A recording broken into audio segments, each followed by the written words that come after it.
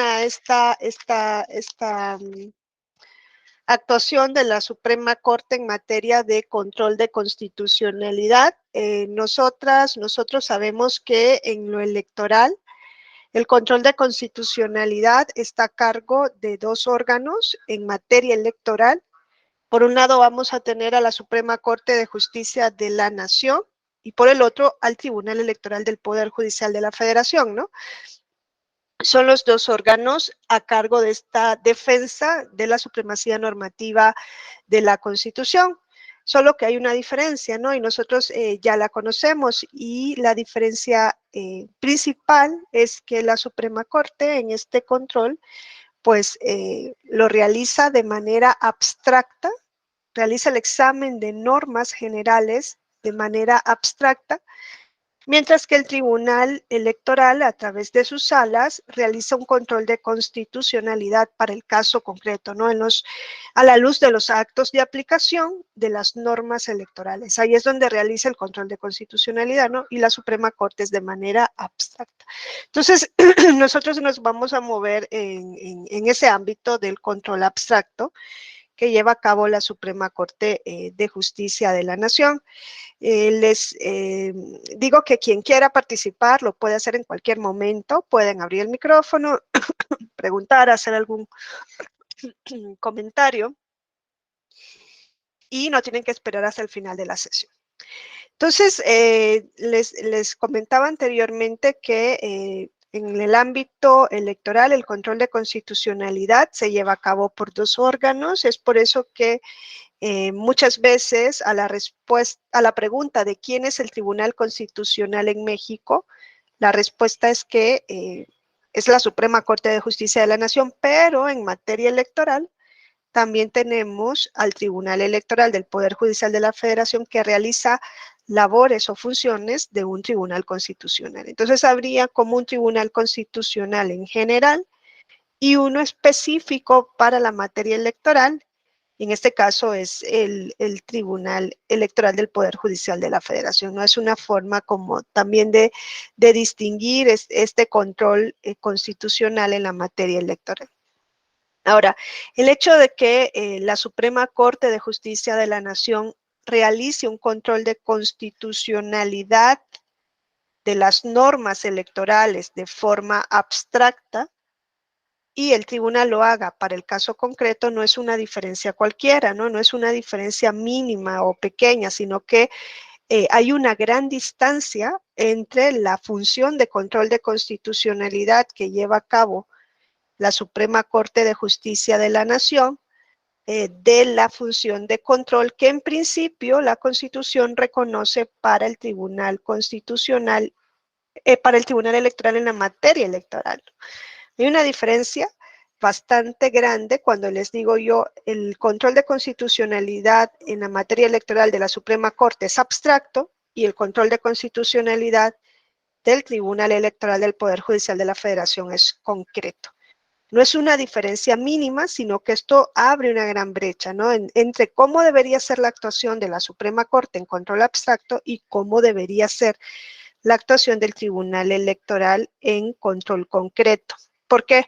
Porque cuando la Suprema Corte entra a realizar el control de constitucionalidad abstracto de normas electorales, la Suprema Corte puede llegar a declarar nula la norma electoral, es decir, puede expulsar a la norma del ordenamiento jurídico. Nosotros sabemos que eso lo puede hacer únicamente la Suprema Corte de Justicia de la Nación y se lleva a cabo como una especie de ficción que lleva a que la norma declarada inconstitucional nunca existió en el ordenamiento jurídico. No es más o menos esa ficción la que se lleva a cabo.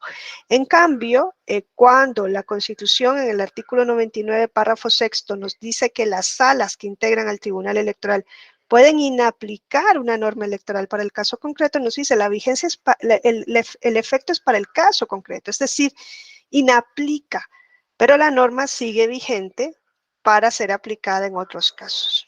Eso es, en principio, ¿no?, la gran diferencia del control abstracto y del control concreto. Aunque en la práctica encontramos que en muchos casos, principalmente, siempre les digo, materia de justicia inclusiva, el tribunal no lleva a cabo un control con efectos para el caso concreto, sino que la sentencia se extiende para todos los casos. Y esto en principio no lo puede hacer el Tribunal Electoral, porque eso es un efecto del control de la Suprema Corte, que es el control abstracto. Bueno, para entender un poco, ¿no? ¿Cuál es como la diferencia entre ese control abstracto y control concreto? Es como para ubicarnos, ¿no? ¿Qué es lo que puede realizar la Suprema Corte y qué puede hacer el Tribunal Electoral en control de constitucionalidad en materia electoral? ¿Cuáles son sus límites? ¿Hasta dónde pueden llegar, no? ¿Qué caracteriza cada tipo de control? Pues hay que irnos a los orígenes de estos controles, ¿no? El control abstracto es este control que se denomina control concentrado, ¿no? Ese es el control abstracto y es el modelo europeo, ¿no? Es el modelo de control de constitucionalidad europea. Lo que hace la Corte, en la Suprema Corte en México, es un control concentrado, abstracto, que viene del modelo de justicia constitucional europea, ¿no? Ahí es donde se incardina la función de la Corte como Tribunal Constitucional en México. En cambio, lo que hace el Tribunal Electoral del Poder Judicial de la Federación, que les digo que puede inaplicar para el caso concreto normas electorales, las inaplica si encuentra que son contrarias a la Constitución, y esto lo pueden hacer cualquiera de las salas que integran al Tribunal Electoral, no solo Sala Superior, cualquiera de sus salas. Eso es el control difuso, es el control para el caso concreto, y es el modelo de los Estados Unidos de América que se denomina Judicial Review, ¿no? Esos son los dos grandes modelos y son los que vienen a México y están incardinadas en la justicia constitucional de este país, ¿no? Y en el ámbito electoral está clarísimo. Suprema Corte, control concentrado o abstracto. El Tribunal Electoral puede realizar un control de constitucionalidad difuso. ¿Por qué difuso? Porque son varios órganos los que pueden llevar a cabo ese control. Les digo, cualquiera de las salas que integran el tribunal, sala regional especializada, sala regional Ciudad de México, sala regional Toluca, sala regional Monterrey, cualquiera de las salas que le integran, sala superior, ¿no? Y es para el caso concreto. Tiene que haber, ¿no?, un caso específico donde se está aplicando esta norma y una revisión por parte del Tribunal Electoral. Y el efecto es que se aplica solo para ese caso. Esto en principio, porque hay muchas sentencias en las cuales el tribunal no se ha limitado en aplicar la norma o en aplicar una interpretación de la Constitución solo para el caso en estudio, sino que lo ha extendido para todos los casos, ¿no? Y eso generalmente lo vemos en materia de justicia electoral inclusive. Ahora, estos dos grandes modelos responden al momento en el cual la Constitución surge como norma suprema, ¿no? o surge una Constitución más aún, ¿no? Una Constitución como norma suprema. No siempre han existido constituciones, ¿no? Hoy día sabemos que la ley fundamental, la ley suprema de un Estado es la Constitución, pero esto no siempre ha sido así. En el Estado moderno, ¿no?, cuando se comienza a hablar de Estados, alrededor del siglo XVI, XVII, no existían constituciones. Las constituciones comienzan a existir después de las revoluciones liberales, ¿no? Después de la Revolución Francesa de 1789 y después de la Revolución de la Independencia de las colonias británicas que forman los Estados Unidos de América, alrededor de 1776 fue esa revolución, ¿no? Pues luego de esas revoluciones se comienza a hablar de constitución en el mundo, ¿no? No existían antes constituciones. En Francia, les digo yo, la revolución es de 1789, su primera constitución es de 1791, es la primera constitución en Europa. No existían antes normas escritas que fueran las normas supremas de un Estado, eso no existía, En Estados Unidos de América, la revolución es en 1776 y su primera constitución es de 1787. Es la primera constitución escrita. La francesa fue de 1791, Estados Unidos se adelantó 4 años, 1787. Es la primera constitución escrita y la más antigua hasta el día de hoy. O sea, los Estados Unidos aún se rigen por la Constitución de 1787. En cambio, en Francia ya la Constitución del 91 quedó sin vigor en 1793. Es la Constitución más antigua.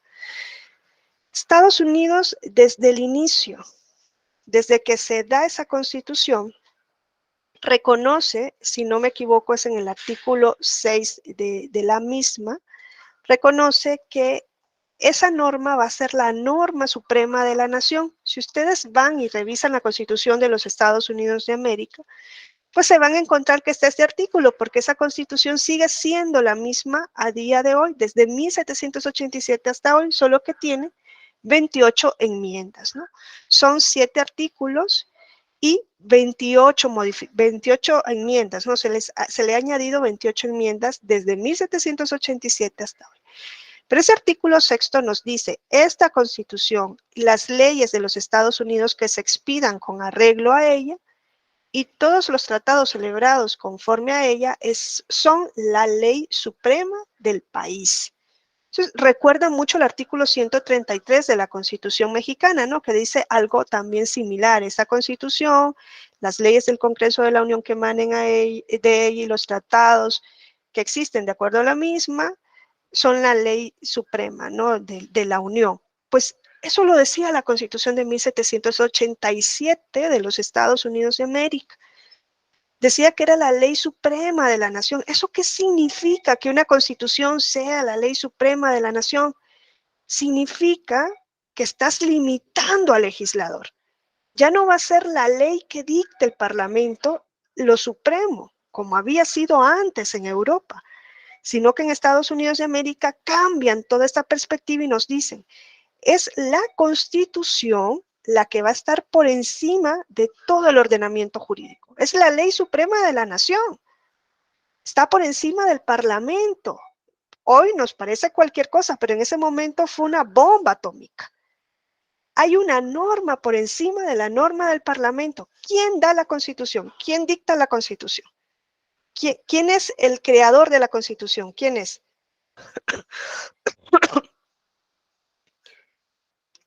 A ver, díganme o escríbanmelo. ¿Quién crea la Constitución? El constituyente mediante sus representantes. Exacto, el constituyente mediante sus representantes, no el poder constituyente. Entonces, va a haber una norma dada por alguien distinto del Parlamento. ¿Y quién es el depositario del poder constituyente? Pues el soberano, que en el caso de los Estados Unidos de América, desde un inicio, desde que se crea esa Constitución, es el pueblo. Miren, cuando revisamos la Constitución de los Estados Unidos de América, nosotros encontramos desde el preámbulo que dice, nosotros, el pueblo de los Estados Unidos de América, estatuimos y sancionamos esta Constitución. Significa que fue el pueblo el que se dio la Constitución. No fue, no dice los representantes del pueblo de los Estados Unidos, no dice el pueblo, nos estamos dando una norma que va a estar por encima del Parlamento. Eso en Estados Unidos fue posible hacerlo. ¿Por qué? Porque en Estados Unidos, las colonias que eran los Estados Unidos hicieron una revolución principalmente frente al Parlamento británico. Esa revolución estuvo regida por el deseo de independencia del Parlamento británico. Para los padres fundadores de los Estados Unidos de América, el poder que tenía la posibilidad de convertirse en despótico era el poder legislativo. Recuerden, ¿no? Cuando se da la revolución, principalmente a raíz de las leyes, que eran leyes súper limitativas que imponía el Parlamento, no la corona, el Parlamento hacia las colonias y también a través de aquellas leyes que les mandaban a pagar impuestos exorbitantes cuando los colonos no tenían representantes ante ese Parlamento. Y ellos decían, oye, en Inglaterra, desde la Carta Magna de 1215, no puede darse una ley que nos cause un perjuicio, por lo menos así está en la Carta Magna, ¿no? Si no tenemos representantes. Esa ley no se dicta por un parlamento donde nosotros tenemos representantes. Y eso no se cumple, decían los colonos ingleses a este lado del Atlántico, ¿no? Entonces, para ellos el poder que se debía limitar es el poder legislativo. Y eso dio origen a que en los Estados Unidos de América la forma de gobierno fuera presidencial. Por eso es que en Estados Unidos de América hay un presidente, ¿no? Hay un ejecutivo fuerte para limitar al legislador. Eso da origen a una forma de gobierno presidencial, pero también da origen a esto, a que la Constitución desde 1787 diga, yo soy la norma suprema. El pueblo de los Estados Unidos está dando la norma suprema por encima del Parlamento. Eso es lo que sucede en los Estados Unidos de América. O sea, la Constitución no surge de la nada tampoco. No creamos que un día se levantaron, ¿no? Los ingleses que vivían en este lado del Atlántico y dijeron, tiene que haber una Constitución. Habían reminiscencias en el sistema inglés de la existencia de un derecho natural por encima del derecho dictado por el legislador, ¿no? Ya venían esas reminiscencias. Y con todo esto, el movimiento, ¿no? Del justnaturalismo francés, de la ilustración francesa, ¿no? Con la influencia de Locke, de Rousseau, de Montesquieu, y con el bagaje que traían los ingleses, se crea por primera vez una constitución como norma escrita y se reconoce que es la norma suprema. Las consecuencias, entre otras, va a ser que va a estar por encima del Parlamento. Una gran cuestión, ¿no? En Europa lo que están haciendo es fortalecer a los parlamentos y en América lo que se dice es hay que limitar al Parlamento. El Parlamento es el que se puede convertir en despótico. ¿Por qué? Porque ellos no tenían la experiencia de una corona que hubiese sido un poder absoluto, ¿no? Sino que traían la experiencia de ese legislador que les imponía impuestos exacerbados. Por eso limitan al Parlamento. Ahora, la Constitución reconoce que es la norma suprema, pero ¿de qué vale que la Constitución reconozca que es la norma suprema?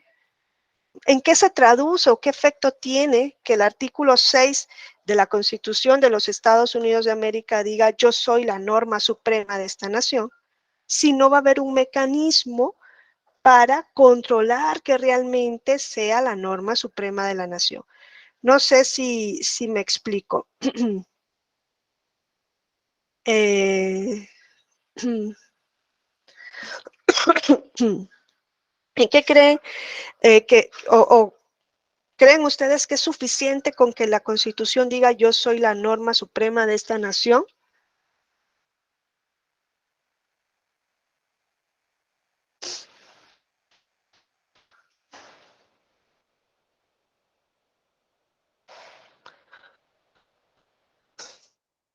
¿Es suficiente con que la Constitución diga yo soy la norma suprema y ya con eso ya se limita al legislador?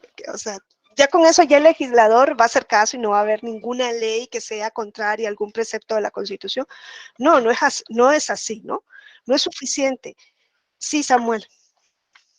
Perdón, sí, era en ese sentido de que no es suficiente con que la propia, pues la Carta Magna lo establezca, sino que pues para eso están los tribunales, no, mejor dicho, la Corte que es quien hace el control, ¿no? De los parámetros de regularidad y constitucionalidad. Gracias, Samuel. Sí, no es suficiente, ¿no? Tiene que haber un mecanismo, tiene que haber un procedimiento para que realmente se ajuste, no solo el legislador, en ese momento era el legislador, hoy día sabemos que es el legislador, es el ejecutivo, incluso somos los particulares, ¿no? Que nos tenemos que ajustar a las normas de la Constitución, porque la Constitución nos rige a todas y a todos, ¿no? Perdón, un momentito. Gracias, Hugo, te pago. Sí, muchas gracias, ¿eh? Gracias. Sí. Bueno, hoy sabemos que la Constitución en un momento no era solamente hacia los poderes públicos, hoy día también hacia los particulares, no todos estamos regidos por esa norma suprema.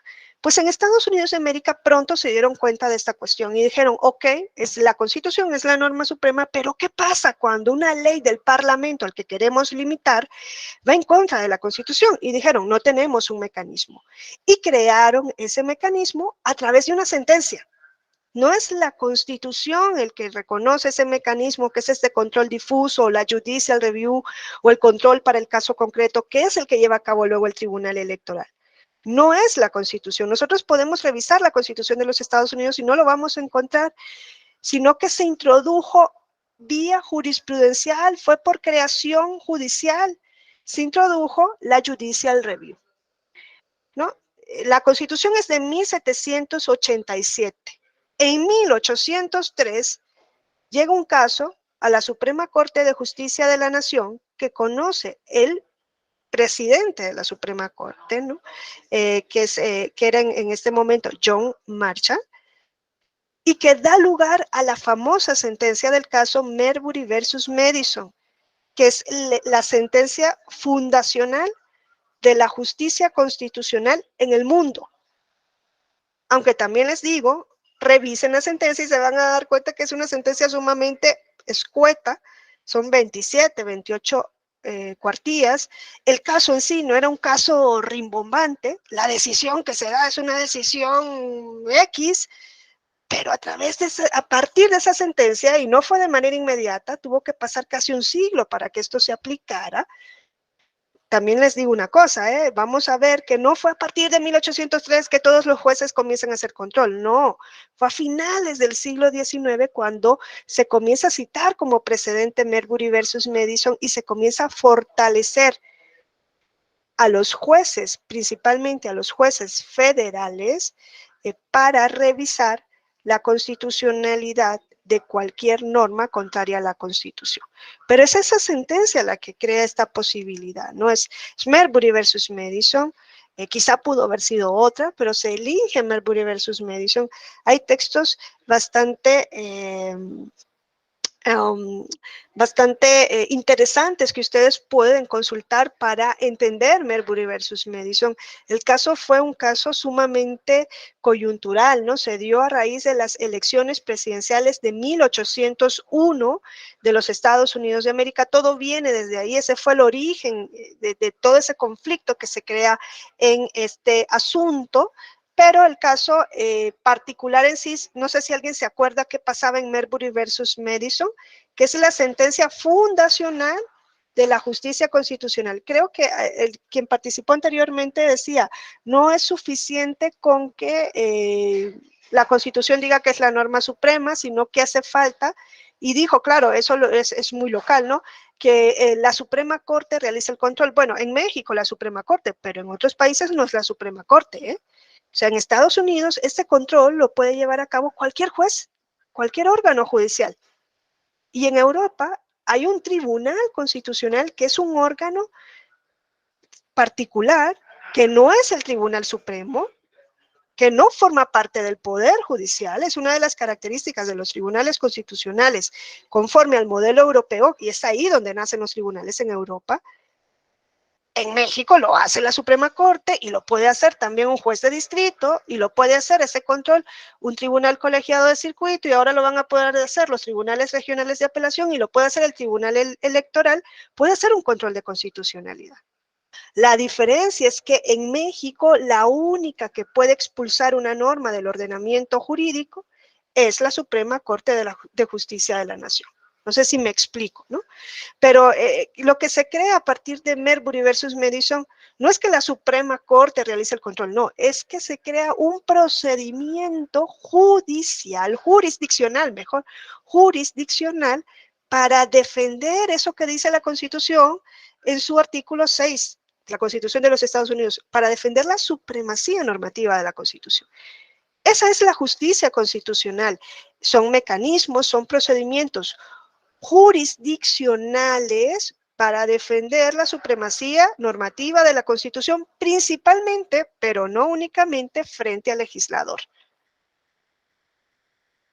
Casi todos los estados de la actualidad tienen justicia constitucional, casi todos, no todos lo tienen.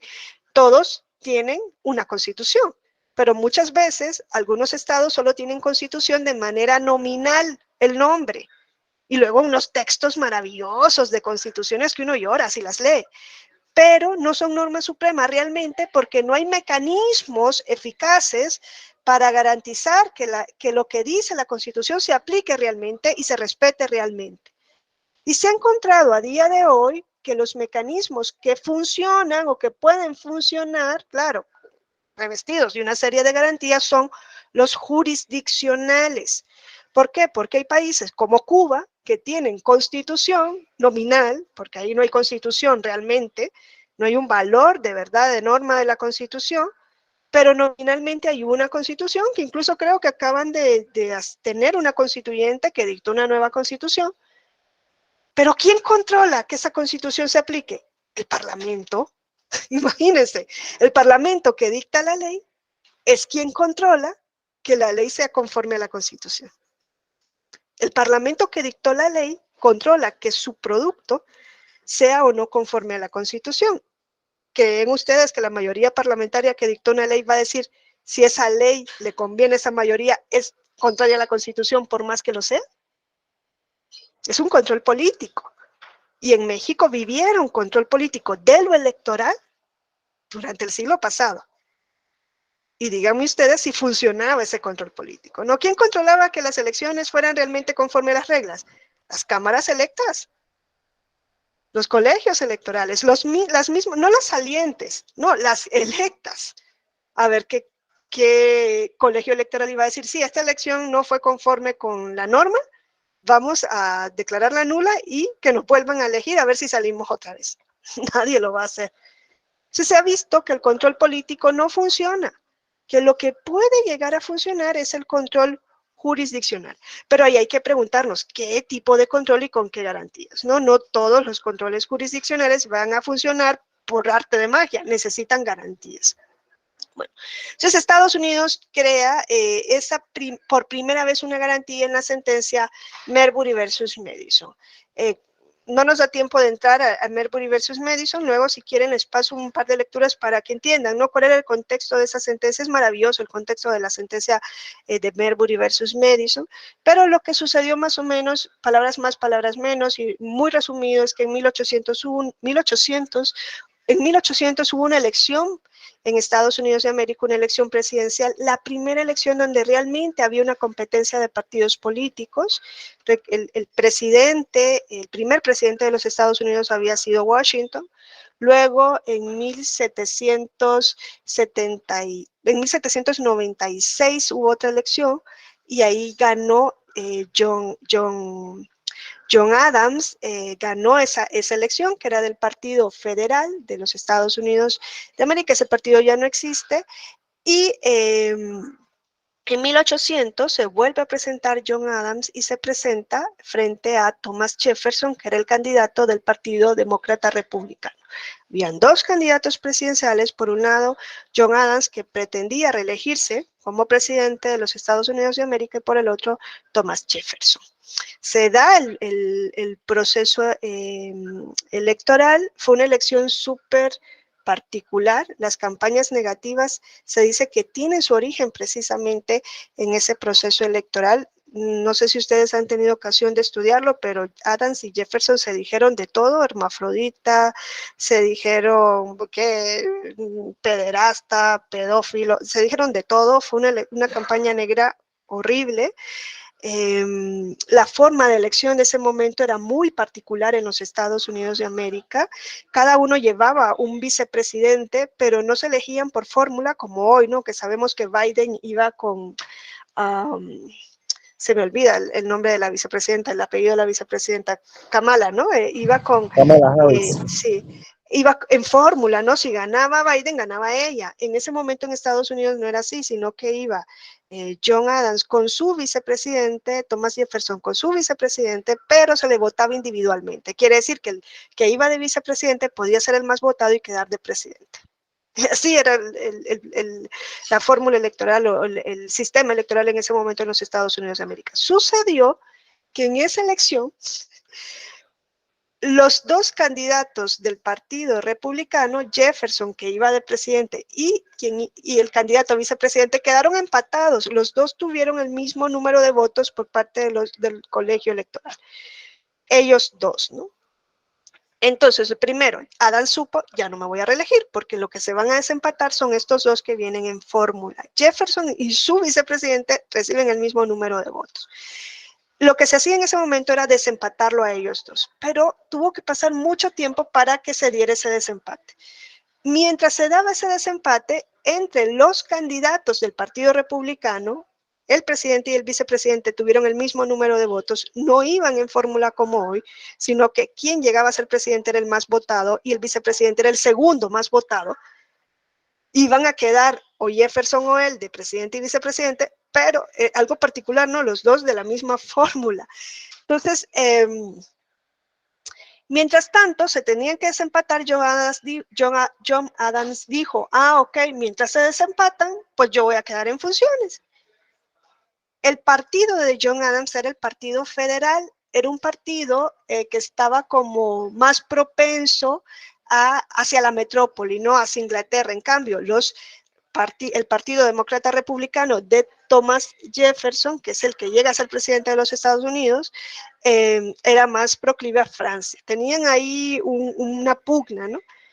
John Adams dijo, ok, vamos a perder el poder, el candidato que va a ganar va a ser del otro partido, en el Congreso también vamos a quedar debilitados, pues tengo que buscar una manera para fortalecer a mi partido ante esta situación. ¿Y qué hizo? Tocar al Poder Judicial. Dijo, mientras yo esté en el poder y tengo una mayoría en el Congreso, mientras no se cambie, no se dé el relevo, voy a tener unas semanas para hacer un montón de cambios.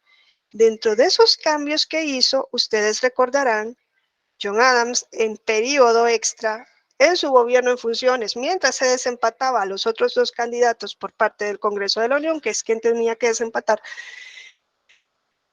creó unos juzgados de paz para el Distrito de Columbia. No sé si ustedes se acuerdan de qué va este caso de Marbury versus Madison, ¿no? Porque el caso es este. Entonces, es producto de esa elección de 1800, se tiene que dar el desempate entre esos dos candidatos. John Adams está en funciones, dice, ok, mi partido va a quedar sumamente debilitado, yo lo que puedo hacer es crear jueces que vengan de mi partido. Miren cómo esto no es algo de hoy, ¿no? Que quieran tocar al Poder Judicial con jueces afines o con una conformación afín a determinada ideología, eso viene desde antaño. Estados Unidos de América, dijo Adams, ok, pues yo voy por el Poder Judicial, ¿no? Y generalmente aquellos países en los cuales hay una regresión democrática, no creamos que tocan al legislador primero, aquellos que tienen una tinta dictatorial, no, lo primero que tocan es al Poder Judicial. Es lo primero que tocan, más aún si ese Poder Judicial va a llevar a cabo un control de constitucionalidad, tienen todo el poder. Eso es lo primero que tocan, ¿no? Las garantías de independencia del Poder Judicial. Entonces John Adams dijo, ok, voy a nombrar a jueces, entre otras cosas que hizo, a jueces de paz para el Distrito de Columbia, que en este momento albergaba a lo que es Washington y a Virginia, si no me equivoco, ¿no? Y crea 49 jueces de paz nuevos, todos afines al Partido Federalista. Ese nombramiento lo hace de último momento. Por ejemplo, el cambio ya cuando ya el Congreso desempate y dice Thomas Jefferson va a ser el presidente y el segundo candidato, el segundo lugar que era del mismo Partido Republicano, el vicepresidente, ya lo desempata. Se va a dar el cambio entre de la presidencia el 6 de marzo, pues John Adams el 4 de marzo hizo el nombramiento de los jueces de paz. El 4 de marzo, el 5 de marzo lo pasa al Senado para que ratifique, el Senado ratificó el 5 de marzo y luego tenían que empezar a notificar todos esos nombramientos para que el acto estuviese perfecto. No le dio tiempo de hacer todo eso. Hizo el nombramiento, el Senado ratifica, pero comienzan a notificar y no notifican a los 49. Notifican a los que les dio tiempo de notificar. Uno de los cuales fueron nombrados como jueces de paz ratificados, pero no notificados, fue precisamente William Marbury. El caso es Marbury versus Madison. William Marbury fue uno de los nombrados como juez de paz por el presidente que iba a salir, ¿no? John Adams, es decir, que era afín al Partido Federalista. Era un hombre rico, dicen, un hombre, un político con mucho dinero, no le hacía falta ser juez de paz. Él es nombrado, es ratificado por el Senado, pero no es notificado. ¿Quién le tenía que notificar? El secretario de Estado del presidente. ¿Saben ustedes quién era el secretario de Estado de John Adams? John Marshall, el que luego es presidente de la Suprema Corte de los Estados Unidos de América y que va a ser el ponente de esta sentencia. Es que el caso es sumamente, tienen que estudiarlo porque es sumamente interesante, ¿no? John Marshall era el secretario de Estado el que estaba haciendo esas notificaciones y no pudo notificar a William Marbury. William Marbury se queda sin el cargo. Se da el relevo en el poder, llega Thomas Jefferson, dice, ok, nombraron a esos jueces de paz, ¿a cuáles notificaron? A esos sí tienen el cargo. Era un cargo por 5 años, no era ni vitalicio, ¿eh? Llega Thomas Jefferson, dice, ok, pues, y a los que no notificaron, no hay cargo para ellos, pues el acto se perfecciona ya con la notificación, dijo. Nombra a su secretario de Estado, que en este caso es James Madison, que llega a ser presidente luego de los Estados Unidos, por eso es Marbury versus Madison. Es William Marbury, es el que habían nombrado, pero no notifican en el cargo, versus James Madison, el nuevo secretario de Estado de los Estados Unidos de América del gobierno de Thomas Jefferson. Thomas Jefferson es de otro partido, no le conviene que existan estos jueces, dice, pues quien le quitaron la silla se quedó sin ella, si no le notificaron, no le vamos a notificar nosotros, dice, ¿no? Y viene William Marbury y comienza, ¿no?, a ir ante Madison a decirle, oye, el secretario anterior no me pudo notificar, ese nombramiento está ahí, notifícame en el cargo. Si es un acto formal, decía, ya lo de fondo, el nombramiento y la ratificación ya la hizo John Adams y el Senado saliente. Claro, Madison ni siquiera le respondió. ¿Qué hace William Marbury ante eso? Se va ante la Suprema Corte de Justicia de los Estados Unidos de América. Se va ante la Suprema Corte. ¿Por qué? Y aquí es el punto de la sentencia, ¿no? Es ahí donde se crea la justicia constitucional. La ley del Poder Judicial de los Estados Unidos de 1789, la ley orgánica, si podríamos llamarla así, del Poder Judicial, permitía que se pudiera ir directamente ante la Suprema Corte de la Nación para pedirle a la Suprema Corte, directo, ¿no? No haber ido ante un tribunal a agotar instancia y luego ir a la Suprema, no, en instancia directa, en primera instancia ante la Suprema Corte, para pedirle que emitiera una orden de mandamiento, mandamus, que se llama en Estados Unidos, si una autoridad no quería cumplir con una obligación que está en la Constitución. No sé si me explico. La ley del Poder Judicial de 1789 de los Estados Unidos permitía que se pudiera ir en primera instancia ante la Suprema Corte de Justicia de la Nación si había una autoridad que no estaba cumpliendo con su obligación, para que la Corte le dijera, oye, tienes una obligación, cumple. Por eso William Marbury dice, ok, yo me voy en mandamus a la Suprema Corte y le digo, Suprema Corte, el secretario de Estado James Madison no está cumpliendo con su obligación de notificarme en un cargo para el cual me nombraron y me ratificaron, emite una orden de mandamiento. Ese es el caso Marbury versus Madison. Eso es lo que le llega a la Suprema Corte de Justicia de la Nación. Y el ponente de esa sentencia, aunque la sentencia no trae su nombre, se dice que es John Marshall por el estilo de la sentencia, por la forma, ¿no?, de redactar la sentencia. John Marshall había sido el secretario de Estado de John Adams. Es un caso sumamente surreal. Llega y dice, claro, dice John Marshall, a ver, Thomas Jefferson no estaba contento con el Poder Judicial. Thomas Jefferson no estaba contento con la Suprema Corte, que era una Suprema Corte que estaba alineada al Partido Federal. Si ustedes cuando lean ese contexto se van a dar cuenta que incluso Thomas Jefferson estaba amenazando a los justices de la Suprema Corte con hacerle impeachment, con quitarlos del cargo. No estaba de acuerdo con la actuación de la Suprema Corte. Y le llega esta papa caliente a la Suprema Corte. Y dicen, a ver, ¿qué hacemos? ¿Cómo le damos una solución a este caso? ¿Y qué es la solución que le da? ¿Cuál fue la solución final que le dan al caso? Bueno, si ustedes leen Marbury versus Madison, lo que dice la sentencia es lo siguiente. Dice, a ver, William Marbury tiene derecho al nombramiento. Pues comienzan a estudiar cómo se dan los nombramientos. Dice, ok, el presidente propuso, el Senado ratificó, ya la notificación pues no era un acto que le daba formal, ¿no? En sí, dice, pues era un acto que se debió hacer, pero que no es indispensable para que surja el acto jurídico. El hombre tiene derecho, dice, hay un derecho. Ahora, lo que dice la Suprema Corte es magnífico, dice, Marbury tiene derecho al cargo. Lo que no tiene es una vía para hacer efectivo ese derecho. ¿Por qué? Porque la vía que es esta, que él vino ante nosotros a pedirnos que nosotros obliguemos al secretario de Estado, porque la ley orgánica del Poder Judicial lo permite, ¿no? Que vengan en primera instancia, es contraria a la Constitución. Esa es la primera vez que en los Estados Unidos se dice que una ley federal, y no era una ley cualquiera, es la ley del Poder Judicial, era contraria a la Constitución. Hubo una razón para que John Marshall tomara esta decisión. En este caso, pues tendríamos que estudiar todo el contexto. Había otro caso ante la Suprema que era importantísimo. No era tanto esto, que era un juez de paz, era un hombre rico, era por 5 años, no le interesaba ser juez de paz o no, sino que Marbury versus Madison habría la posibilidad, era como el telón para que la Corte pudiese entrar a conocer la constitucionalidad o no de una ley federal, que era lo que realmente les importaba. No se dieron cuenta en ese momento que con esta sentencia iban a cambiar el mundo. ¿Por qué? Porque dice Marshall, ok, dice la Suprema Corte y su ponente Marshall, ok, está la vía, pero esa vía es contraria a la Constitución. ¿Por qué?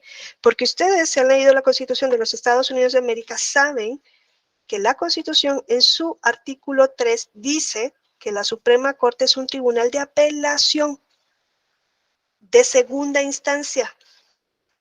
Y yo les estoy diciendo que la ley del Poder Judicial permitía ir en instancia directa en los casos en los que una autoridad estuviera incumpliendo con una obligación para pedirle a la Suprema Corte, oblígalo a cumplir. Y la Constitución nos dice que la Corte es una instancia de apelación, de revisión, y que solamente puede ser primera instancia cuando un Estado demanda a otro Estado o en los casos en los que esté involucrado un embajador, un cónsul extranjero. Y aquí no sucedía nada de eso. Entonces, lo que nos dice Marbury versus Madison es, ok, Marbury tiene el derecho, pero no tiene un remedio, no hay una vía. No hay una vía para que él haga valer ese derecho. Esta sentencia ni siquiera es una sentencia que tutela el derecho. Dejó al hombre sin el cargo. No tuteló el derecho que reconoce que existe. La grandeza de esa sentencia es que por primera vez dice, la ley del Poder Judicial permite acceder directamente entre nosotros y la Constitución dice que nosotros somos instancia de apelación. Y solo hay 2 casos que según la Constitución abre la posibilidad para vía directa y este caso no encaja ahí. Entonces, dice la sentencia Marbury versus Madison, o la Constitución es la norma suprema y cualquier ley que se oponga a ella no existe, o entonces cualquier ley está al lado de la Constitución y la puede modificar en cualquier momento y no es norma suprema. Esa es la grandeza de Marbury versus Madison. Un caso X.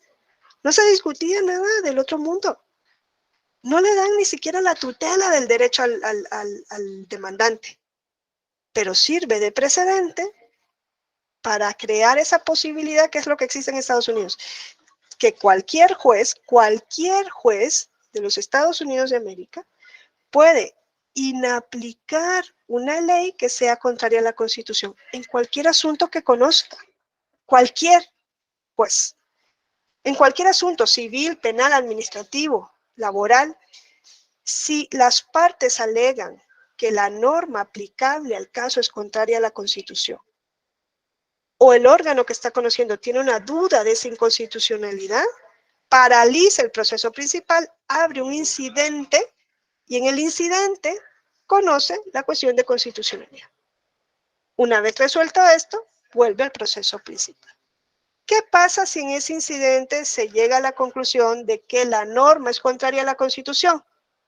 La norma se inaplica para el caso. El efecto es inter partes para el caso. Por eso es control concreto. La norma se inaplica para el caso. Lo que pasa es que en Estados Unidos existe el precedente vinculante. Y generalmente estos asuntos van a crear precedentes. No creamos que los jueces están declarando inconstitucional normas todos los días, ¿no?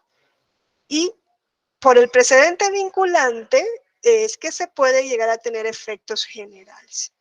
Pero conforme al control en sí, ese control solo inaplica la norma, no la expulsa del ordenamiento jurídico. Ese es el control concreto. Concreto porque es inaplicar la norma inconstitucional para el caso concreto, porque va a surgir dentro de un juicio, dentro de un proceso. Es el mismo control difuso. ¿Por qué difuso? Porque son varios órganos los que los llevan a cabo. Y es la Judicial Review, ¿no? Es el control de los Estados Unidos de América. Y es el que ustedes tienen aquí, por ejemplo, en el caso del amparo. Una de las principales influencias para el juicio de amparo en México fue la Judicial Review de los Estados Unidos de América. Es control difuso. Son varios órganos los que lo pueden llevar a cabo. Y cuando se declara la inconstitucionalidad de una norma en un juicio de amparo, solamente se inaplica para ese caso, ¿no? La norma no se expulsa del ordenamiento. Solo tiene efectos para el caso concreto, interpartes. Luego se nos dice, es que el amparo es control concentrado. No, eso es incorrecto técnicamente. No, eso es a la mexicana, el concentrado. En los modelos de control de constitucionalidad, el amparo encaja dentro del control difuso. Y el control que realiza el Tribunal Electoral en la materia electoral es control difuso. Lean el artículo 99, párrafo 6 de la Constitución, que se introduce esto a partir de la reforma del año 2007, donde dice, las salas del tribunal pueden inaplicar una norma electoral, y dice inaplicar una norma electoral para el caso concreto. El efecto dice todavía luego es para el caso concreto. Significa que en ese caso la norma no se va a aplicar porque es contraria a la Constitución, pero para el resto de casos la norma sigue existiendo. No sé si me explico con esto. Ese es el control de Estados Unidos de América. Esa es la Judicial Review. Ese es el modelo inicial que surge de justicia constitucional. Y luego está el control europeo, que es el modelo concentrado o abstracto. El de Estados Unidos es difuso, varios órganos y concreto, para el caso concreto. El de Europa es concentrado y abstracto. Estados Unidos tiene su primera constitución y es la que está vigente a día de hoy en 1787. El artículo 6 sigue diciendo que es la ley suprema de la nación. En 1803, Marbury versus Madison nos dice, o el juez, cuando encuentra el juez que una ley, cualquier ley, es contraria a la Constitución, o aplica la Constitución y quita la ley en ese caso, porque la Constitución es norma suprema, o aplica la ley, entonces la Constitución y la ley están al mismo nivel, y eso de que la Constitución es norma suprema es una simple aspiración, ¿no? Eso es más o menos lo que dice Marbury versus Madison. Estados Unidos lo tiene desde 1787 y 1803. En Europa la cuestión fue distinta. La primera constitución de Europa es de 1791. Francia, después de la Revolución Francesa, se da una constitución en 1791. Es la primera constitución de Europa. Sin embargo, en Europa, las constituciones del siglo XVIII, porque ese es 1791, 18 y 19 no fueron norma suprema. Fueron constituciones políticas. Contenían, articulaban la separación de poderes, contenían algunos derechos, pero no estaban por encima del legislador. ¿Por qué? Porque en Europa la situación era distinta. En Europa venían de monarquías absolutas. ¿Y qué hicieron los europeos frente a la monarquía absoluta? ir fortaleciendo, eso lo hicieron principalmente los ingleses, ir fortaleciendo al parlamento frente al monarca, ¿no? Incluso en Inglaterra se ha hablado de soberanía parlamentaria. En Europa el poder despótico era el ejecutivo, personificado en el monarca. En Estados Unidos era el legislador, y fortalecen a un ejecutivo frente al legislador y ponen una constitución por encima del legislador. En Europa no. En Europa lo que quieren es debilitar al ejecutivo y fortalecer al legislativo. Por tanto, en Europa era insostenible decir que iba a haber una norma por encima de la ley del Parlamento. Imposible, ni siquiera lo pensaban. O sea, cuando nosotros decimos que la Constitución es norma suprema es porque está por encima de todas las normas, incluida la ley del Parlamento. Pues en Europa esto no era concebible. Los europeos no tuvieron constituciones como norma suprema hasta 1920. Fíjense, Estados Unidos la tiene en 1787, ¿no? Les digo que la Constitución, desde el que nace, dice en su artículo 6, yo soy la ley suprema. Europa espera hasta 1920, más de un siglo, ¿no? Siglo y 30 años, para decir, la Constitución es la norma suprema. Y para crear, lo que dijimos antes, ¿no? Un mecanismo para defender esa supremacía normativa frente al legislador principalmente. Principalmente, pero no únicamente. ¿En qué momento los europeos se dieron cuenta que no era sostenible seguir poniendo, aquí me escuchan, ¿no? Por encima al Parlamento? Pues después de la Primera Guerra Mundial. 1920, periodo entre guerras, Austria se va a separar del Imperio Austrohúngaro y se va a dar una constitución nueva. Viene Hans Kelsen, ese gran, ¿no?, jurista vienés, y dice, y le encomiendan a él crear la constitución, o sea, hacer el proyecto de constitución de Austria como país independiente. Y dice Hans Kelsen, ok, nosotros nos hemos resistido a que la Constitución sea norma suprema para defender al Parlamento, pero el Parlamento también puede violar derechos. El Parlamento puede violar también el Estado de Derecho. El Parlamento puede convertirse también en despótico. Los europeos se dieron cuenta de eso después de la Primera Guerra Mundial. Y entonces dice Hans Kelsen, miren lo que están haciendo los gringos. Dijeron, mira, esos gringos tienen Constitución como norma suprema, nosotros también la debemos tener. Pero ¿qué es lo diferente que hacen los europeos? Dicen, ok, tienen norma suprema. ¿Y cuál es su mecanismo de defensa? Los jueces. Los jueces son los que pueden inaplicar una norma, una ley, incluso una ley del Parlamento contraria a la Constitución. Y dicen los europeos, no, nosotros no vamos a poner a los jueces en ese papel. ¿Por qué? Porque no confiaban, y yo creo que ni a día de hoy confían en los jueces. Porque los jueces estuvieron del lado del monarca y los jueces luego dicen que han estado del lado de los dictadores en Europa, ¿no? Ya vemos el juicio de Nuremberg y todo lo que pasó en Alemania. Eso fue después, claro, no fue en este momento, pero en ese momento, en 1920, tampoco confiaban en los jueces. Y lo que dice Hans Kelsen, imperio de los jueces, gobierno de los jueces, no. Entonces dijo Hans Kelsen, vamos a crear para Austria, y lo hizo Austria y lo hizo Checoslovaquia, solo que la constitución de Checoslovaquia, que fue antes de la austríaca, duró poco. Crean un tribunal constitucional y dicen, ese tribunal constitucional va a tener una conformación como un tribunal jurisdiccional, un órgano colegiado, ¿no?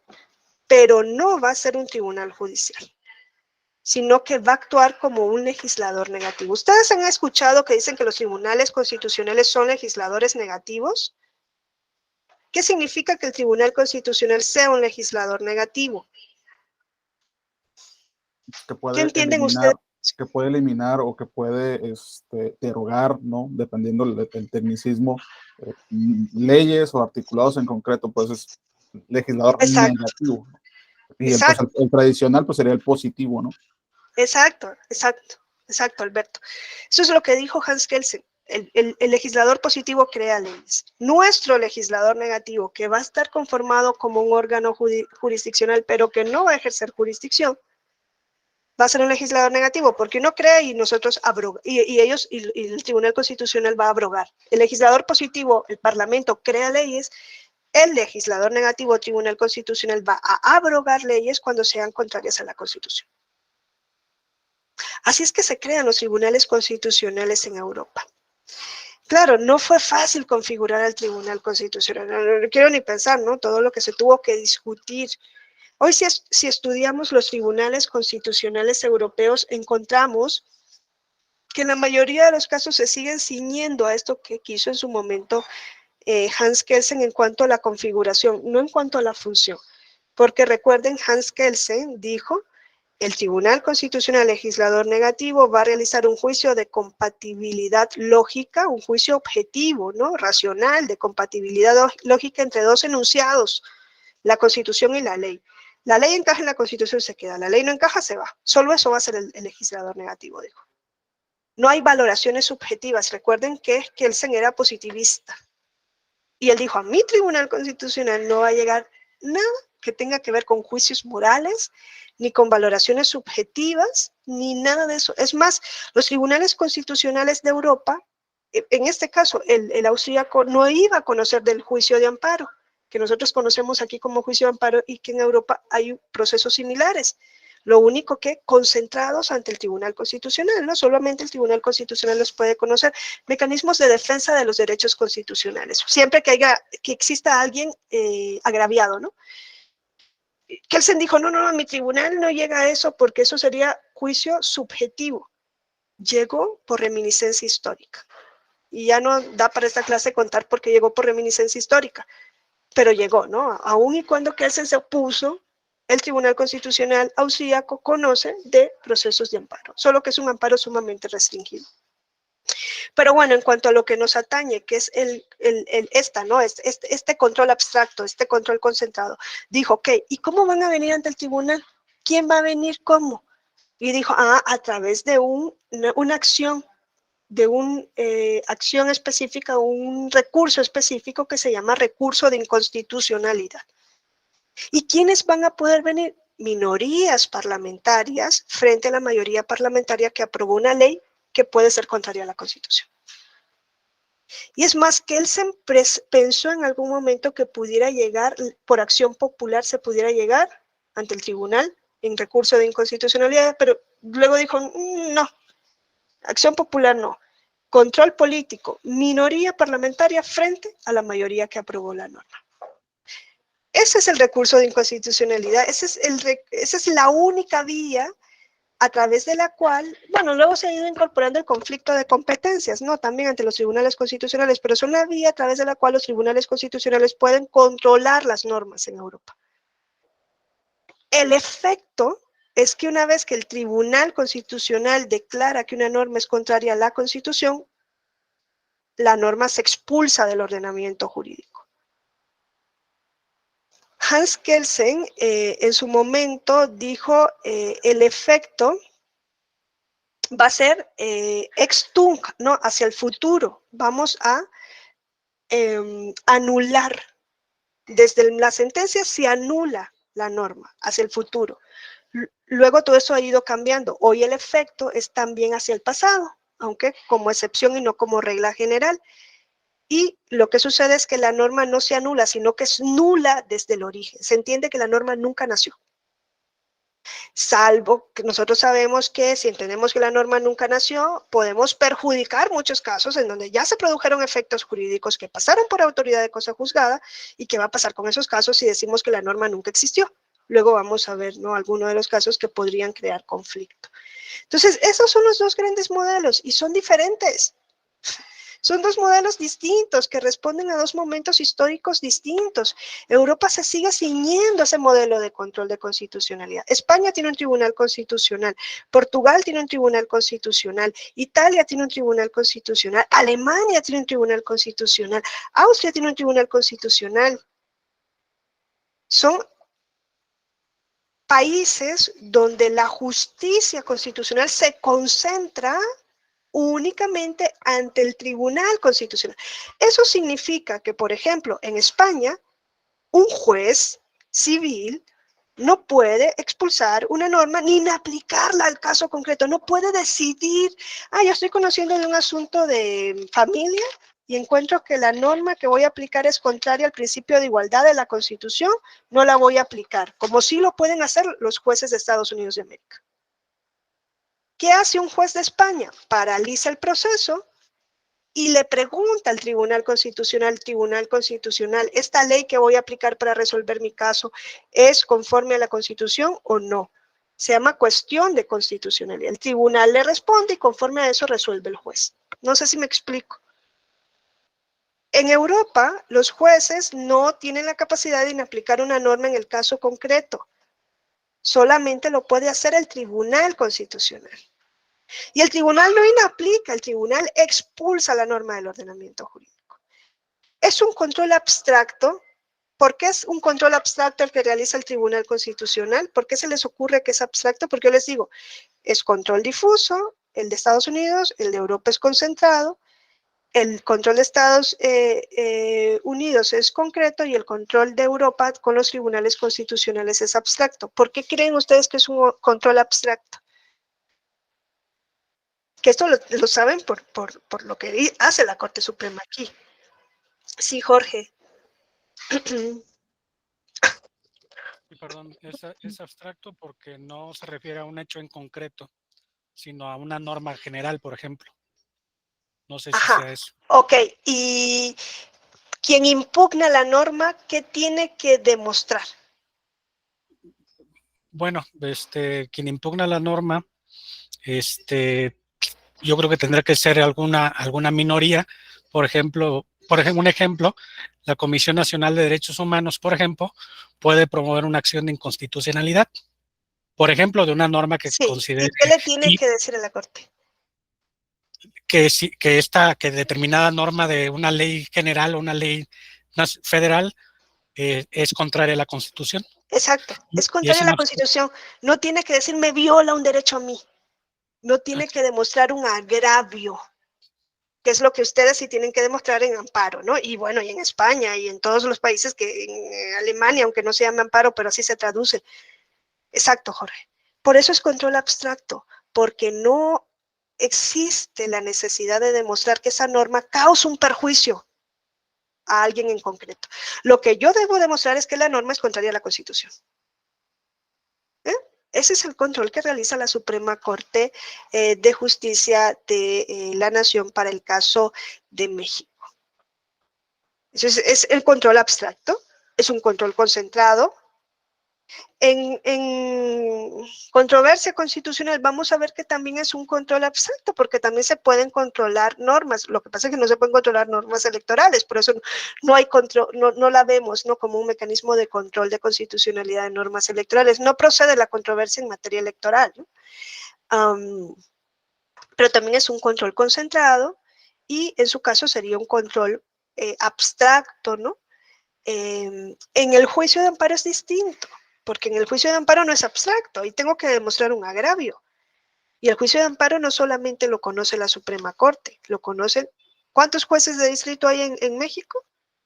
¿Cuántos tribunales colegiados de circuito? Son varios órganos. Y el efecto de la declaración de inconstitucionalidad por la vía de amparo es para el caso concreto, ¿no? La norma sigue existiendo. Eso es algo que pues se ha venido a revertir un poco en México, se quiere revertir con la Declaratoria General de Inconstitucionalidad, pero no se hace a través de una sentencia de amparo, se hace a través de un proceso que se lleva a cabo por el Pleno de la Suprema Corte. Y que antes eran 5 sentencias consecutivas de la Suprema Corte de tribunales colegiados y ahora va a ser un precedente vinculante o jurisprudencia por reiteración de los tribunales colegiados, pero siempre y cuando 8 ministros estén a favor de la Declaratoria General de Inconstitucionalidad. Es que a veces dicen, no, es que ahora ya el efecto por amparo se puede expulsar una norma porque está la declaratoria, sí, pero eso no lo hace una sola sentencia de amparo, eso es un procedimiento aparte del amparo, ¿no? ¿Y cuántas normas se han expulsado por esa vía hasta el día de hoy, desde 2011, que se introdujo? Fue en 2011 que se introdujo, ¿no? ¿Cuántas? 2, si no me equivoco, ¿no? Una que era de la Ley de Telecomunicaciones y la otra el uso lúdico de la marihuana de la Ley General de Salud. Entonces, cuando les dicen que el amparo es un control de constitucionalidad concentrado, uno dice, pues si yo me pongo a estudiar el modelo concentrado, ahí no encaja el amparo. Es concentrado, dicen en México, porque lo conoce el Poder Judicial de la Federación. Ok, eso es concentrado a la mexicana, entonces, pero no tiene que ver con los modelos de control de constitucionalidad. Ahora nosotros nos vamos a quedar con el modelo concentrado, porque es el que lleva a cabo la Suprema Corte, el abstracto concentrado. Eso no ha existido en México siempre, ¿no? La acción de inconstitucionalidad, ¿no? Que en España se llama recurso de inconstitucionalidad, pero que es parecido, ¿no?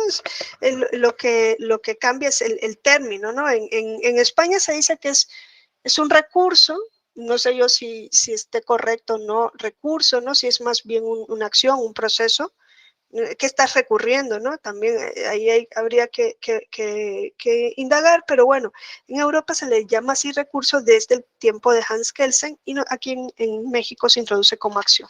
Esa acción abstracta se introduce por primera vez en México a través de la reforma constitucional de 1994.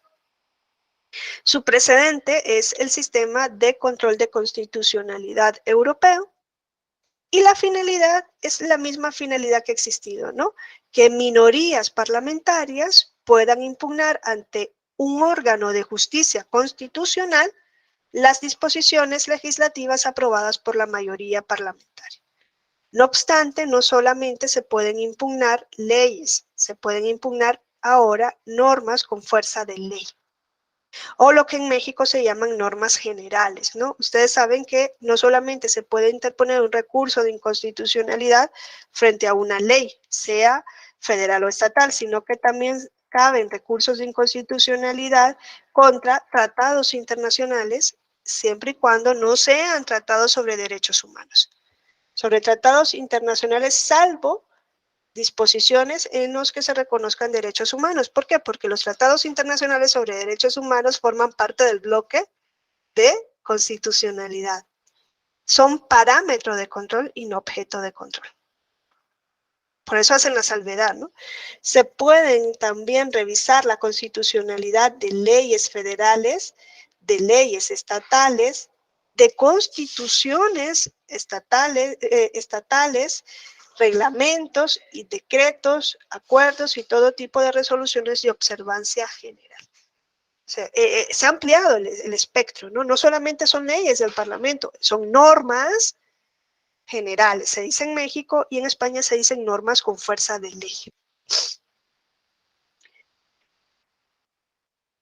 Entonces, se introduce la acción de inconstitucionalidad con el objeto de garantizar la supremacía de la Constitución. Por eso es que es un control abstracto, porque la finalidad de quien interpone la acción de inconstitucionalidad es defender que la Constitución sea la norma suprema, no tanto defenderse a uno frente a una norma que le causa un agravio. Si una norma me causa un agravio, yo me voy por juicio de amparo.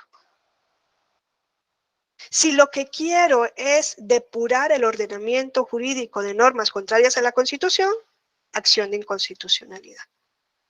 Ojo, los particulares no pueden ir en acción de inconstitucionalidad, ¿no? Eso no hay acción popular, ¿no? En México. En otros países, como en Venezuela, la acción de inconstitucionalidad solo la pueden presentar los ciudadanos. Es acción popular.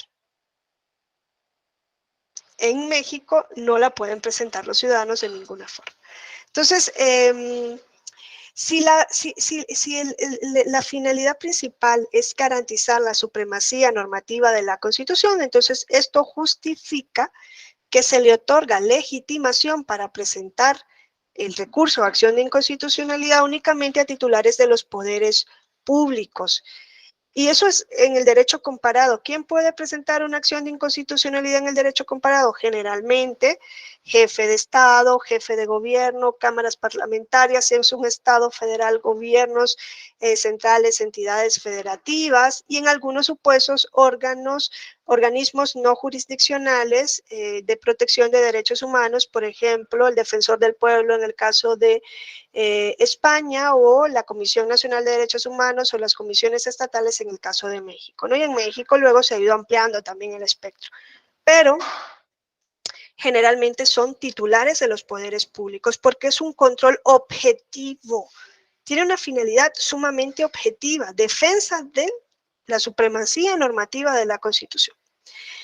Ahora, ese control de constitucionalidad se puede ejercer de dos formas.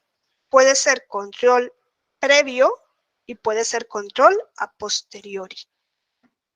O sea, hay dos momentos generalmente, pero no en todos los países, pero en el derecho comparado lo encontramos, de ejercer el control. Se puede hacer de manera previa el control de constitucionalidad, es decir, durante el proceso de creación de la ley, antes de que se promulgue y publique la norma impugnada. Eso surge en Francia, el control previo de constitucionalidad de normas. En Francia se puede impugnar una ley orgánica o un tratado internacional antes de que entre en vigor. En España se puede impugnar un tratado internacional antes de que entre en vigor en el país, antes de que sea vinculante para el Estado. Es un control previo. Ventajas. Por ejemplo, una ventaja de un control previo de un tratado internacional es que impide que un tratado internacional entre en vigor si es contrario a la Constitución, si es incompatible con la Constitución.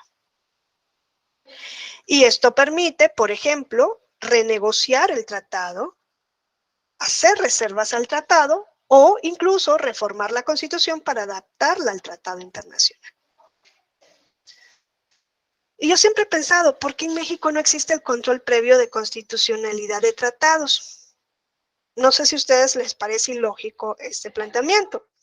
Miren, en Francia existe el control previo de leyes orgánicas. Es un tipo de ley específica, ¿no? Tanto en Francia como en Europa.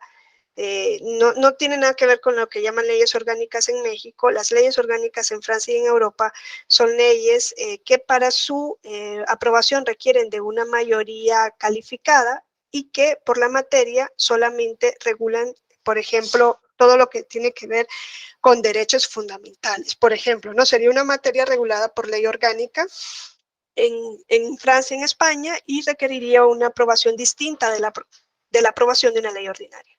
Se aprueban por mayorías cualificadas. Entonces, en Francia se puede revisar la constitucionalidad de una ley orgánica antes de que nazca. En España se pudo hacer hasta un momento determinado, pero luego se dejó de hacer porque se dijo, eso es entrometerte en el procedimiento legislativo, ¿no? Le vas a dar la posibilidad al Tribunal Constitucional para que entre a entrometerse dentro del procedimiento legislativo.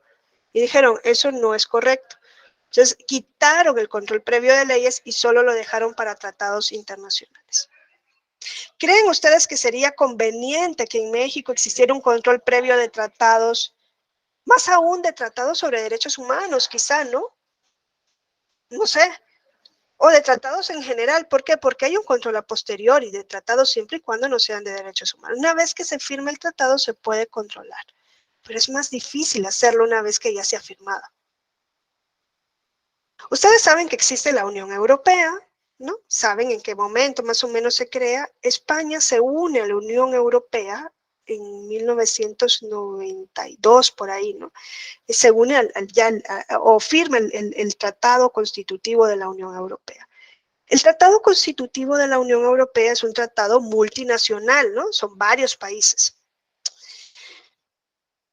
Entonces, cuando España va a firmarlo, le dicen al Tribunal Constitucional, la Cámara de Diputados le dice al Tribunal, no sé si fue la Cámara de Diputados o el Senado, pero le dice al Tribunal Constitucional, el Tribunal Constitucional revisa este tratado y dinos si eso no conforme con nuestra Constitución. ¿Por qué? Porque en España la Constitución establecía que solamente podían votar en España extranjeros no, que los extranjeros en España solamente podían votar en elecciones municipales, que es el voto pasivo, ¿no? Votar.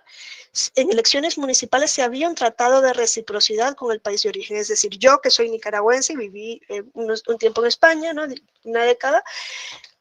Si mi país tenía un tratado de reciprocidad con España y un español podía votar en elecciones municipales en Nicaragua, yo también podía votar en elecciones municipales en España.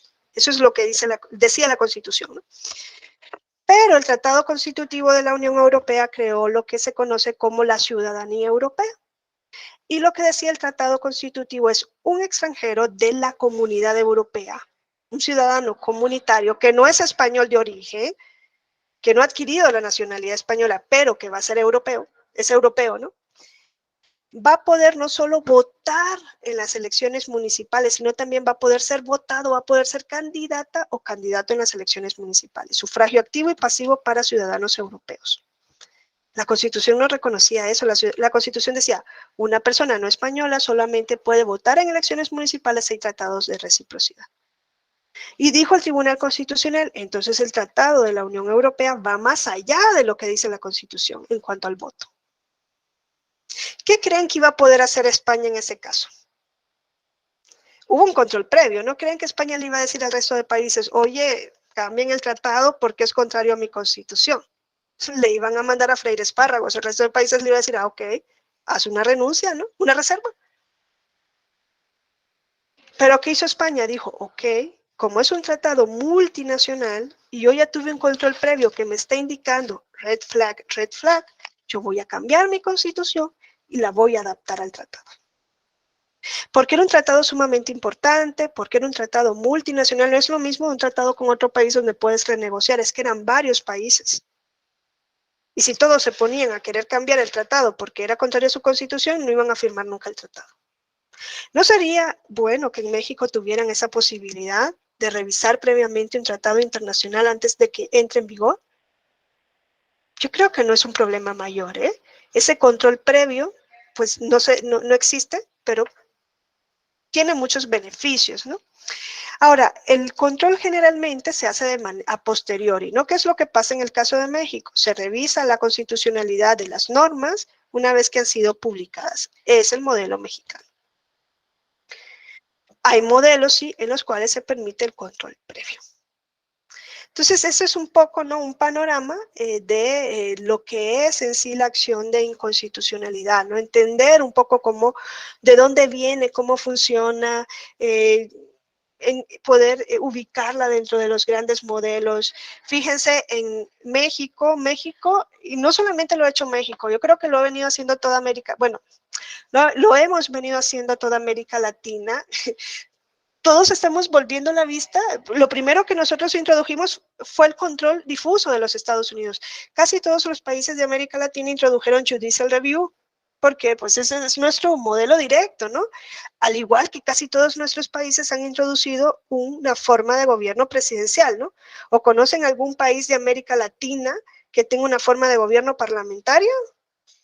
Casi todos tenemos la forma presidencial. Y eso la crea los Estados Unidos de América. Perú es el que ha ido introduciendo, ¿no? Forma presidencial con algunas fórmulas del parlamentarismo y así están, ¿no? Quitando presidentes a cada momento y con todo lo que se ha generado en el Perú, ¿no? Porque esa posibilidad viene de la forma de gobierno parlamentaria que se llama moción de censura, ¿no? Donde censuras a quien está gobernando y lo sacas y pones a otro. Y casi todos introdujimos judicial review, pero llegó un momento determinado en donde nos está dando la fiebre del Tribunal Constitucional. Ahora todos queremos Tribunal Constitucional, ¿eh? Y ahí van a haber tribunales constitucionales tropicalizados. Hay países con tribunales constitucionales en nuestro continente. Colombia tiene un tribunal constitucional, Perú tiene un tribunal constitucional. Como tribunal constitucional, fuera del Poder Judicial, porque cuando ustedes estudian los tribunales constitucionales europeos, saben que el Tribunal Constitucional no está dentro del Poder Judicial. Cuando Hans Kelsen diseña el Tribunal Constitucional, no lo mete dentro del Poder Judicial, es un tribunal anómalo dentro de la tripartición de poderes. Y dicen algunos constitucionalistas españoles, es un tumor, ¿cómo se llama cuando no es maligno, ¿no? Benigno. Es una especie de tumor benigno dentro de la tripartición de poderes. ¿Por qué? Porque el Tribunal Constitucional no forma parte ni del legislativo, ni del ejecutivo, ni del judicial, pero controla los tres poderes. No sé si ustedes nos han preguntado de dónde deriva la legitimidad del Tribunal Constitucional para controlar al legislador, al ejecutivo y al judicial. Porque el Tribunal Constitucional no solo controla las leyes del Parlamento, controla normas del Ejecutivo, pero también controla actos del Ejecutivo y actos del Judicial a través del amparo, concentrado ante el Tribunal Constitucional en Europa. Y hoy aquí estamos discutiendo, ¿no?, de si los jueces electorales tienen legitimidad, que porque si no los elige no sé quién, que si no los elige el pueblo. Es que el Tribunal Constitucional Europeo nunca lo ha elegido el pueblo, jamás, ni lo piensan. Creo que se morirían de un infarto a los europeos si les dicen que ellos van a elegir a los jueces de un tribunal. Y es que eso tampoco dota de independencia un tribunal. La independencia de un tribunal deviene de sus garantías de imparcialidad, de inamovilidad, de su estatuto jurídico, pero no deriva de que lo elige el pueblo.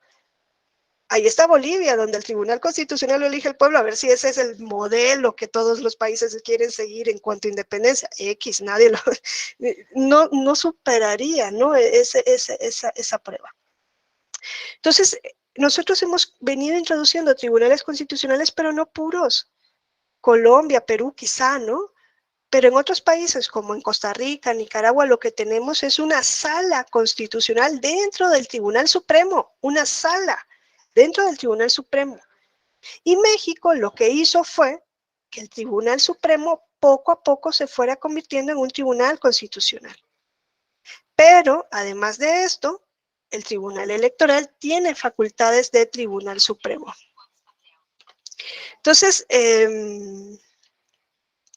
esas son como particularidades, ¿no?, para entender cómo funciona la acción de inconstitucionalidad. No sé si alguien tiene alguna pregunta o duda, lo pueden hacer sin ningún problema, ¿no? Les decía que es importante que lo puedan ir haciendo en cualquier momento, porque pues así no se quedan luego con la duda y se les olvida a veces a uno lo que quiere preguntar. Entonces se introduce en 1994 en México, cuando en México se dijo hay que dar el paso para convertir a la Suprema Corte en un tribunal constitucional. Ustedes saben, ¿no?, que en México, bueno, lo saben mejor que yo, en México la Suprema Corte pues poco a poco se ha venido redirigiendo para que sea un tribunal constitucional. ¿Por qué? Porque en su momento la Suprema Corte funcionó como un tribunal de amparos de legalidad, ¿no? Y eso asfixiaba a la Suprema Corte. O sea, cuando el amparo nace en México, nace para controlar actos de autoridad que violen derechos que están en la Constitución. Para controlar que sean constitucionales los actos de autoridad. Pero en un momento ustedes saben que se hipertrofió el juicio de amparo y se dirigió para hacer un control de legalidad. Quizá porque en México no existe la casación como figura independiente, ¿no? Una cuestión que sí existe en otros países, principalmente viene esto de Francia. Entonces, cuando se hipertrofia y se desnaturaliza el amparo y se lo dirige para controlar legalidad, en ese momento, pues lo que llegaba ante la Suprema Corte y ante los jueces de distrito eran principalmente estos amparos de legalidad. Asfixiaron a la Suprema Corte. Y llega un momento determinado en el que en México se introducen los tribunales colegiados de circuito. No siempre han existido tribunales colegiados. Existen a partir de 1950. Para descargar a la Suprema Corte principalmente de los amparos de legalidad. No, nosotros sabemos que los amparos de legalidad generalmente se quedan ante los tribunales colegiados, no son de una instancia. Solamente si subsiste una cuestión de constitucionalidad o si el caso tiene especial trascendencia, iría a la Suprema Corte en revisión, ¿no? O en facultad de atracción, la Suprema Corte lo hace llegar así. Poco a poco todo esto fue convirtiendo a la Suprema Corte en un tribunal constitucional. ¿Qué quiere decir esto? Que solo conozca de cuestiones constitucionales. que lo de legalidad no llegue a la Suprema Corte. Y el paso final, yo creo, ya se da así, en ese momento en el que se le dice, y va a conocer del recurso estrella de los tribunales constitucionales de Europa, que es el recurso de inconstitucionalidad. Que aquí se llama acción de inconstitucionalidad. Está en el artículo 105, fracción segunda de la Constitución, y el artículo 105, fracción segunda nos dice, las acciones de inconstitucionalidad tienen por objeto plantear la posible contradicción entre una norma de carácter general y la Constitución. No dice entre una ley, dice entre una norma de carácter general y la Constitución. Entonces, eso es lo que, de lo que va a conocer, ¿no? la Suprema Corte a través de estas acciones abstractas. Sujetos legitimados, pues eso lo van a encontrar ustedes también en el artículo 105, fracción segunda de la Constitución. En México, generalmente, al igual que en el derecho comparado, los sujetos legitimados para interponer la acción de inconstitucionalidad son minorías parlamentarias frente a mayorías parlamentarias. Y ustedes revisan, ¿no?, el artículo 105, fracción segunda de la Constitución.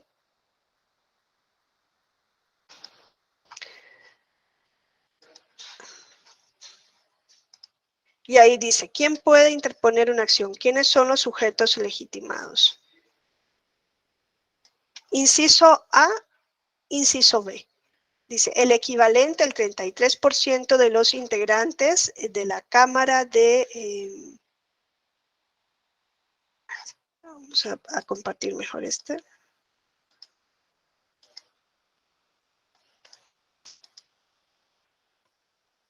Entonces,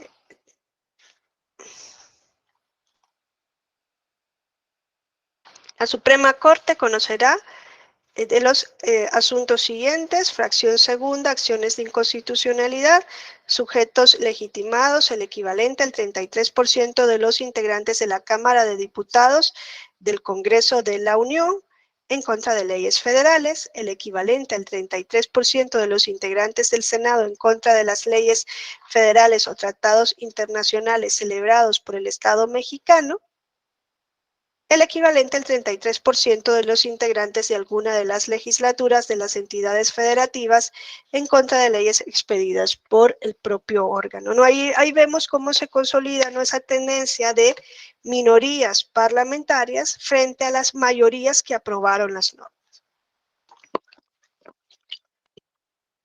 Y aquí la Constitución pues lo desglosa, ¿no?, y nos dice, el equivalente al 33% de los integrantes de la Cámara de los Diputados en contra de leyes federales. ¿Cuál es el equivalente al 33% de la Cámara de Diputados en contra de leyes federales? Pues con una regla de 3 son 500 diputados. Si sacamos el 33% de 500 diputados, son alrededor de 165 diputados y diputadas como mínimo. Al menos 165 diputados deben firmar una acción de inconstitucionalidad frente a una ley federal. Solamente pueden impugnar, nos dice la Constitución, leyes federales, ¿no? Porque aquí la Constitución establece no solo el porcentaje, sino qué tipo de normas pueden impugnar frente a leyes federales. Significa que el Congreso de la Cámara de Diputados en México no podría impugnar la inconstitucionalidad de una ley estatal. Puede impugnar la inconstitucionalidad de leyes federales. 165 diputados y diputadas como mínimo. El inciso B dice el equivalente al 33% de los integrantes del Senado en contra de las leyes federales o de tratados internacionales celebrados por el Estado de México. ¿Cuánto es el 33% del Senado? Si son 128 por 33% es alrededor de 42 senadores y senadoras. ¿Qué pueden impugnar en acción? Leyes federales aprobadas por ambas cámaras o tratados internacionales celebrados por el Estado mexicano. ¿Por qué el Senado puede y no lo puede hacer la Cámara de Diputados? ¿Por qué el Senado sí, Cámara de Diputados no? ¿Impugnar la inconstitucionalidad de tratados?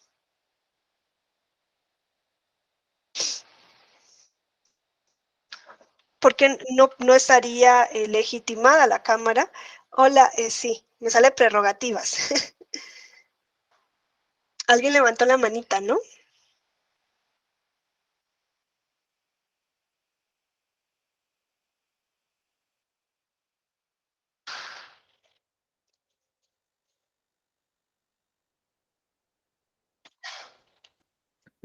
Alberto, sí. Porque en la propia Constitución se establece que los tratados internacionales, pues, al momento de ser firmados, tienen que ser ratificados por el Congreso. Exacto. Y Por el entonces Senado. son ellos, por eso digo, perdón, por el Senado, perdón, Sí. así es, por el Senado de la República, en el entendido que los representantes del pueblo son los diputados y los senadores son representantes de los estados, y los tratados internacionales el sujeto obligado, ¿no? Es el estado, el estado como país, ¿no? En términos del derecho internacional público, y por tanto los senadores, a ser los representantes de las entidades federativas, quien serían los sujetos obligados del tratado internacional. Por eso ellos serían, a mi punto de vista, ¿no? Los Exacto. legitimados para efectos de poder hacer la controversia tratándose de tratados internacionales. Exacto, Alberto, es así, ¿no? Por eso hace la diferencia la Constitución y dice, el Senado también puede impugnar tratados internacionales. ¿Por qué? Porque los tratados, para entrar en vigor en México, necesitan ser celebrados por el Ejecutivo y ser aprobados por el Senado. Y quien aprueba un tratado es una mayoría simple en el Senado. Entonces puede ser que una minoría que no estaba de acuerdo con que ese tratado se aprobara, viene y presenta la acción de inconstitucionalidad a posteriori, ¿no? Por eso el Senado tiene esa facultad, ¿no? Porque quien aprueba el tratado celebrado por el Ejecutivo y da el paso para que entre en vigor el tratado en México es el Senado de la República. Entonces, el Senado lo puede hacer con, les dije, alrededor de 42 senadores y senadoras, ¿no? Y con la Cámara de Diputados, frente a leyes federales, es como 165 diputados y diputadas. Ahí está la pregunta. ¿Esa es una minoría parlamentaria? Porque claro, la naturaleza de este mecanismo es que minorías parlamentarias impugnen la constitucionalidad de una norma aprobada por una mayoría. Realmente, 165 diputados y diputadas son minoría parlamentaria, 42 senadores y senadoras son minorías parlamentarias, ¿o habría que reconsiderar esa cifra en México? Cuando se estuvo hablando de la reforma constitucional del Poder Judicial, por ejemplo, me acuerdo que el profesor, el doctor, ¿no? Alfonso Herrera, criticaban un poco eso y decía, eso no es una minoría parlamentaria. Es que, por ejemplo, en Francia se habilita que presente el recurso de inconstitucionalidad al 10% de la Cámara de Diputados. 60 diputados de 577, el 10%. Y en España, por ejemplo, quien puede presentar el recurso de inconstitucionalidad son 50 diputados de 350, un 14%. Y aquí es un 33%. Es una cifra altísima, ¿eh? ¿No habría que reconsiderar de alguna manera el porcentaje que se establece? ¿Por qué 33%? Habría que ir a la exposición de motivos del 94. ¿Por qué un tercio? Un 33% es un tercio de la Cámara, ¿eh? Es una minoría. Si queremos que realmente sea una minoría, no nos subamos a un tercio de la Cámara, ¿no? Es algo que ahí se debería ver en cuanto a la legitimación para proponer la acción de inconstitucionalidad.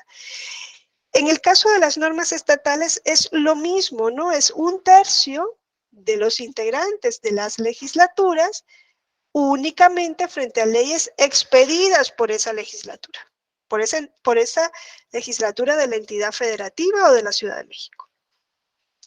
No puede impugnar una entidad federativa una ley federal.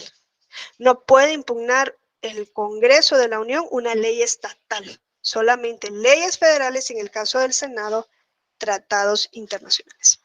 Bueno, por hoy lo vamos a dejar por aquí y mañana vamos a seguir viendo los otros sujetos legitimados en estos casos, ¿no? Y ver un poco las particularidades de la acción en la materia electoral. No sé si hay alguien que tenga algún comentario que quiera hacer. Si es el momento, hable ahora o calle hasta mañana. Ya, pues para no cansarles tanto y por la hora, pues también pedagógicamente no es correcto tenerlos tanto tiempo sin descansar. Entonces, sí, por favor. Nos veríamos mañana a las 5 de la tarde por aquí. Bueno, muchas gracias. Y pues a quien le interese tener alguna lectura o algo, sí, me puede decir Elizabeth. No, gracias, maestra, gracias. Gracias. Bueno, nos vemos mañana.